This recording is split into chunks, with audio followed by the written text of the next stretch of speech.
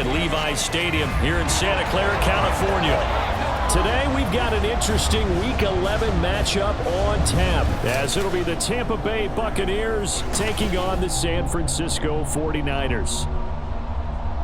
Hi again, everyone. Brandon Gaudin alongside Charles Davis. And Charles, you take a look at these 49ers as they interplay here.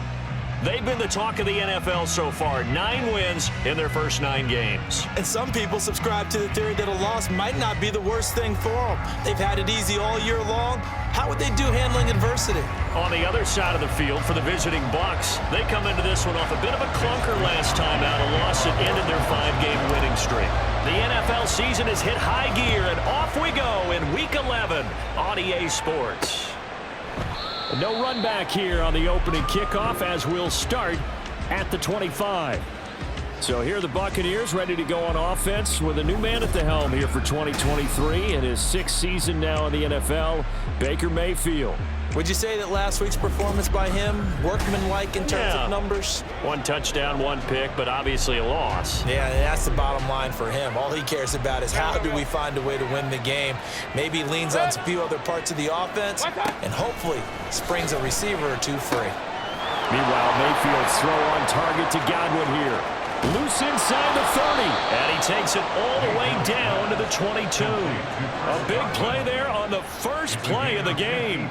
53 yards. So barely time to catch our breath. Here's 1st and 10 just outside the red zone.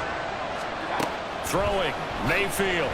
And he's going to go down. They sack him back right around the 30.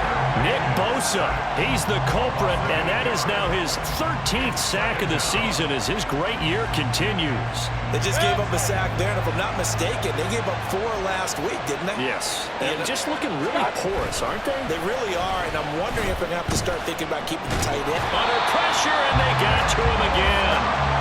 Multiple players getting home there for an 8-yard loss.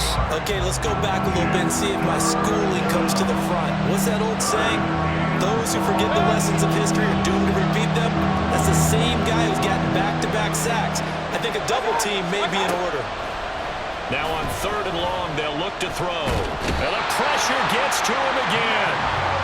Nick Bosa, the offensive line is in tatters as that's now 3 sacks in 3 plays. Well, someone's closing in on the league lead in sacks. He came into the game in the top 5. Now you add 2 more to his total.